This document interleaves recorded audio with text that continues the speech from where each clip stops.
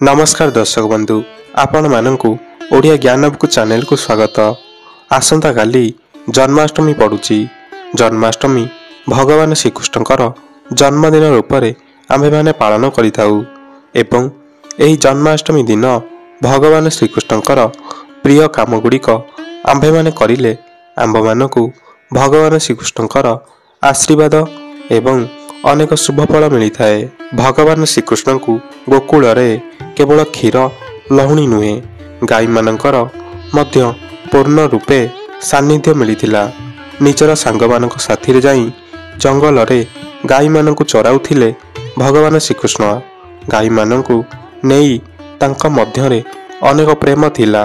तेबे चलंतु जानिबा जन्माष्टमी दिन गाई को कौन खाइबाकु देले आमकु भगवान श्रीकृष्णकर आशीर्वाद मिली थाए एवं अनेक शुभ फल मध्य मिली थाए। तो दर्शक बंधु गाई को गोटे पवित्र पशु माना जाए। हिंदू धर्म अनुसार गाई ठारे 33 कोटी देवतांकर बास होइथाए। एमिति कि माना जाए कि गाईर सेवा करने द्वारा संतानर प्राप्ति मध्य होई पारे। नंबर 1 गाई को रोटी खाइबाकु देले उन्नति बढ़ी थाए। जो माने गाई को रोटी खाइबाकु दियंती तांकर पीढ़ी रे उन्नति बढ़ी थाए बा से विकास करिथांती। नंबर 2 अलौकिक शक्ति ठारू सहायता मिली थाए। गाई को गुड़ साथी रे रोटी खाइबाकु देले आपनकु अलौकिक शक्ति प्राप्त होई थाए। नंबर 3 गाई को रोटी खाइबाकु देले बिगाड़ी जाइथिबा काम गुड़िक सठिक होई जाई थाए।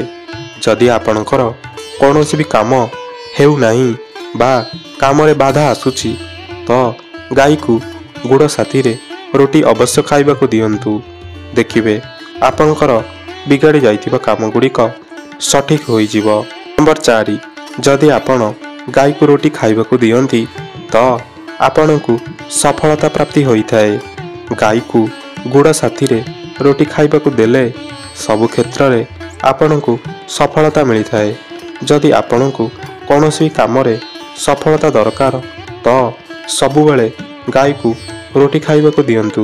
नंबर 5 गाई को रोटी खाइबाकु देले समस्त प्रकार लाभ एवं पुण्य प्राप्ति होई थाए। बहुत लोक माने पुण्य कमाइबाकु इच्छुक थांती। एही प्रकार लोक गाई को रोटी खाइबाकु निश्चय दियंतु। नंबर 6 संसारर सबु सुख मिली थाए।